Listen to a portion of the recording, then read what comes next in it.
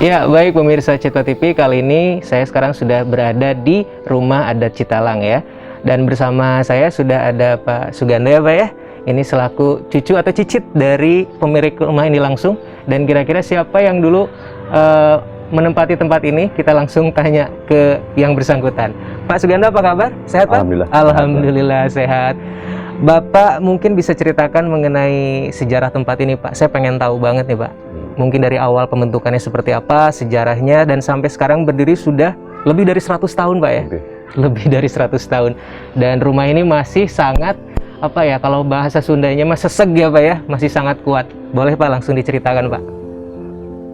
Terima kasih. Sebetulnya rumah ini awal yang membangun adalah Raden Mas Sumadirja. Beliau adalah mungkin dulu adalah lurah, atau yang bisa dikatakan sekarang terkenalnya adalah Patinggi 3. Dulu ya memang merupakan lurah Desa Citalang yang ketiga. Ini dibangun pada saat itu kira-kira antara 1900-1905 penyampaian.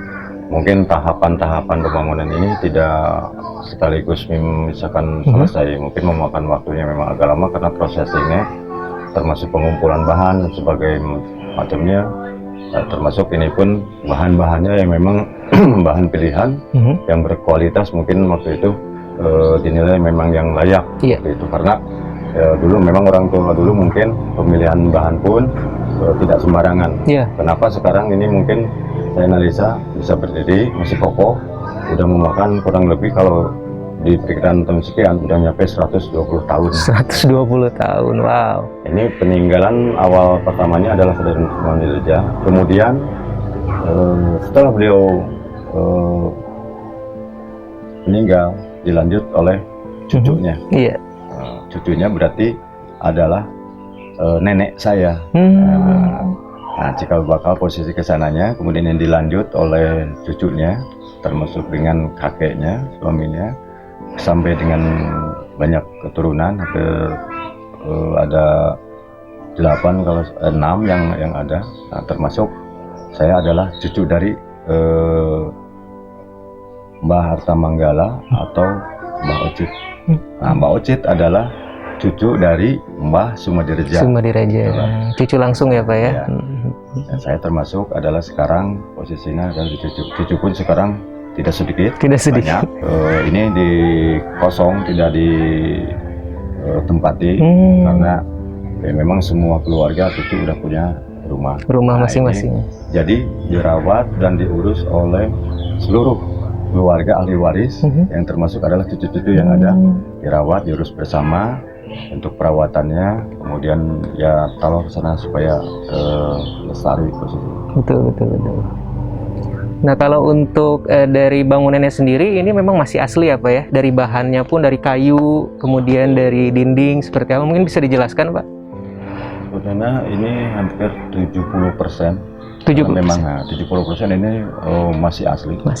Di awal termasuk bambu, non bambu, kemudian ini dinding pun masih termasuk asli. Hanya dulu pernah ada perbaikan, itu perbaikan hanya dipilih yang udah bambu, yang udah rusak, itu dipilih, kemudian diganti lagi dengan yang baru.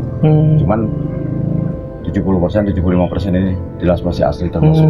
Terutama dominan adalah kayu penyangga, termasuk struktur ininya pun ini adalah masih asli dari dulu. Nah, termasuk lantai pun ada yang memang perubahan, itu kan ada yang baru, ada yang memang masih termasuk di dalam itu ada termasuk asli. Kalau di depan ini masih baru ya Pak ya? Ini adalah termasuk baru waktu saat renov, ini baru karena waktu itu diganti ya memang udah ada lapu, kemudian ada bekas bolong-bolong, kemudian diganti yang depan, kemudian disisakan yang di dalam itu sebagai sampal, itu memang adalah yang masih asli. Istilah kalau Sunda mah ini lantai itu talupuh ya. Kalau istilah di Sunda talupuh untuk lantai ini ya memang bahannya semua dominan ini adalah dari bambu dan kayu. Dominannya. Dari mulai konstruksi ini semua memakai cuman penyangganya itu cadas, Iya. istilah batu cadas ya. Batu Itu cadas. penyangganya cuma batu cadas. Semua dominan ini adalah dari bambu dan kayu bahan Bahannya. gitu kan. Betul. Nah, ini yang jadi menarik saya adalah dari sejarah rumah ini sendiri kan dulu awalnya dibangun oleh Raden Mas Sumadireja itu. Beliau ini bukan asli dari daerah sini, Pak ya? Konon menurut cerita memang dari orang tua dia mungkin bukan penduduk asli sini. Iya. Ya di saat-saat dulu ini entah mungkin dulunya menurut cerita dari orang tua dia dari Jawa. Dari Jawa. Beliau adalah putra dari Bupati Brebes Oh. yang memang mengemban tugas awalnya ya memang di saat-saat waktu pergerakan waktu zaman perang kolonial Belanda. Kolonial, betul. Di awal-awalnya dia sampai hijrah ke sini karena memang mungkin pernah bentrok pertempuran di sekitar Kerawang, Bekasi. Kemudian dia menyelip sampai ketemulah singgah di daerah Purwakarta. Gitu kan. Yang pertama memang beliau tidak dulu ke Citalang, berarti singgah di kampung Citalang yang ada di daerah Pleret.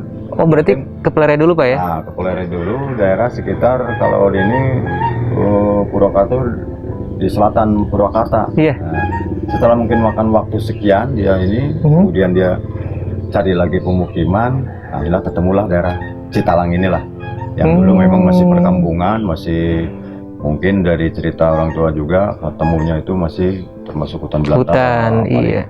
Ada sekitar penduduk pun baru berapa. Iya, jadi memang dari Brebes mengemban tugas, akhirnya terdesak karena waktu itu tidak imbang melawan Belanda ya, Pak ya. Akhirnya sampai hijrah ke sini, Sampai ke Purwakarta lah. menetap di sini dan meninggal pun di sini. Iya, terakhir meninggal di sini. Beliau meninggal kalau nggak salah kurang lebih tahun 1920 ya dia meninggal. 1920 ya, Pak ya. Dan tidak jauh pemakamannya dari rumah ini, Pak. Ya jauh sekitar ke arah utara, itu di pemakaman umum Pasir Karabun, yang memang itu adalah pemakaman umum yang memang wilayah Desa Citalang, Iya. Kampung Karangsari khususnya. Karangsari, betul. Arealnya di sini kalau rute sekitar 1 kilo kurang lebih, 1 kilo ke arah utara di Kampung Karangsari. Iya. Ini yang mau saya tanyain adalah saya penasaran banget, ini kan udah 100 tahun lebih Pak bangunannya Pak ya. Kira-kira ada perawatan khusus nggak Pak? Sampai bisa bertahan lama gini, apa memang karena dulunya orang-orang dulu beda gitu dari cara pembangunan atau seperti apa mungkin Pak? Sebetulnya perawatan khusus itu yang setelah ini nggak terlalu spesifik ya.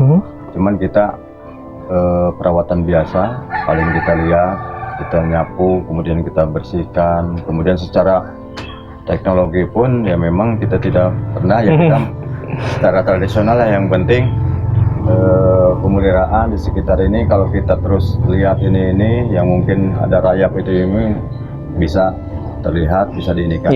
Paling perawatannya di areal sekitar lingkungan termasuk di sini posisi ya memang sekarang pun kondisinya yang terakhir adalah seperti ini gitu kan posisinya karena memang udah termakan usia gitu kan udah lapuk dan segala macamnya.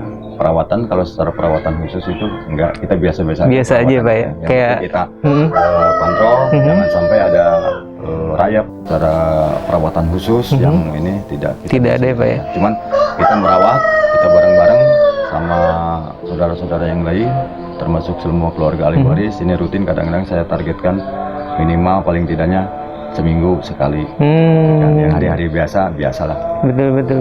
Jadi memang tidak ada perawatan khusus ya Pak ya. Jadi seperti merawat rumah biasa aja kebanyakan ya Pak ya.